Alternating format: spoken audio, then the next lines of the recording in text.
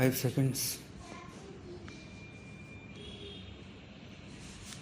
The NDC is a political body and that is its strength. Here we are gathered in this room representing a diverse set of political backgrounds, views and ideologies. However, we are all, I believe, in agreement that economic development and the prosperity of every citizen is a collective national goal. Over the last 2 days, I have heard this resonate from every speaker, and it is heartening that political differences will not come in the way of achieving our common objective of building a prosperous, inclusive, equitable, humane, caring, and just India. While we have noted each and every suggestion made by the Chief Ministers and will take due note of them, I would like to dwell of them.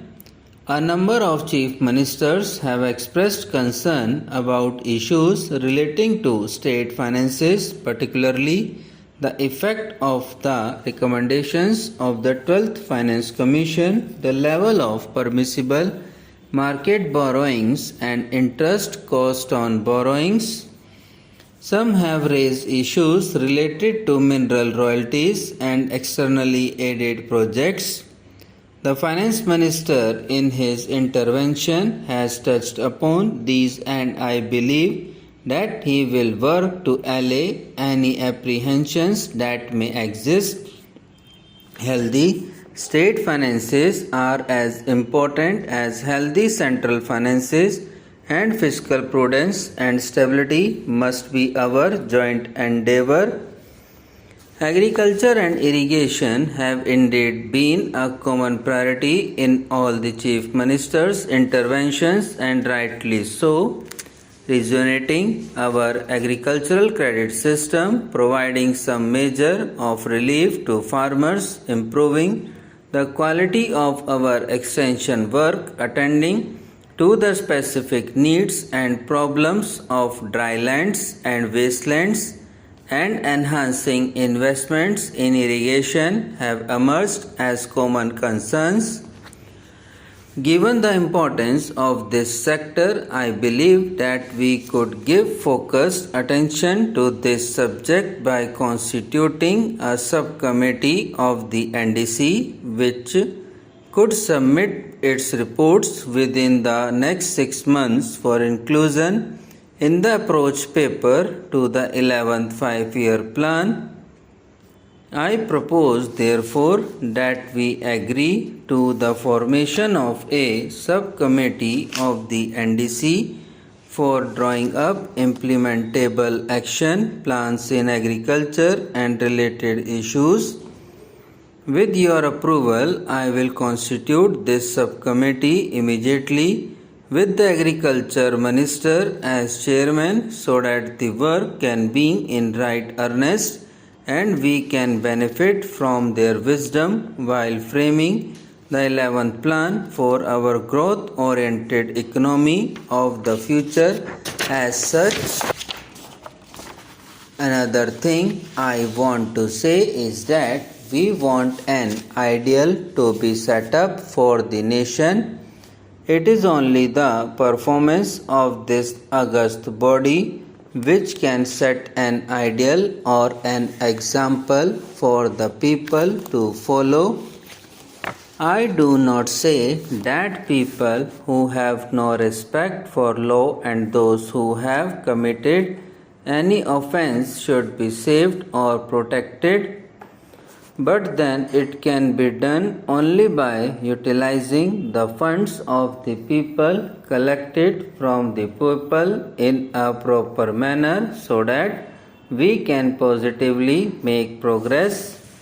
For this purpose, I would request the Honorable House that if some amendments to the rules of procedure are necessary, we must think of it and we must make the principles and the rules such that the House is not disturbed or no disturbances are created every day and our time is not wasted.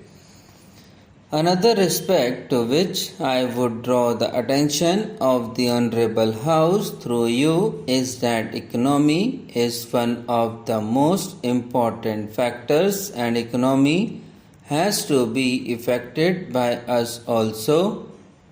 I was reading the Comptroller and Auditor General's report for the year. I find that crores of rupees have not been utilized for years together. During the period, leader of the opposition party was Minister of Industries. What was done has to be looked into. I would draw the attention of Honorable House to the fact that if you read the whole book, you will find no manual of accounts, no statements, and no documents reconciling the actual expenditure made and nothing could be done. You will find in this a large number of such items involving crores of rupees. This has affected the economy of this country. What has been done about it? I would make a submission that wherever you find such wastages of money, in those cases a very stringent view has to be taken and those persons who are guilty must be punished. Individual responsibilities must be fixed. That is why every time we are finding this criticism in this august house that the public enterprise are not making any profit, they are running in loss. It is a must that the guilty must be punished because we are wedded to the principle of socialism and we want the poorer people of this country to come up. But with this sort of performance, it is impossible. The high ups or low ups, I do not know, whosoever is responsible, action must be taken against them. Otherwise, the economy will not improve as envisaged in the budget for the year under consideration. Subscribe now and press the bell icon. Never miss an update.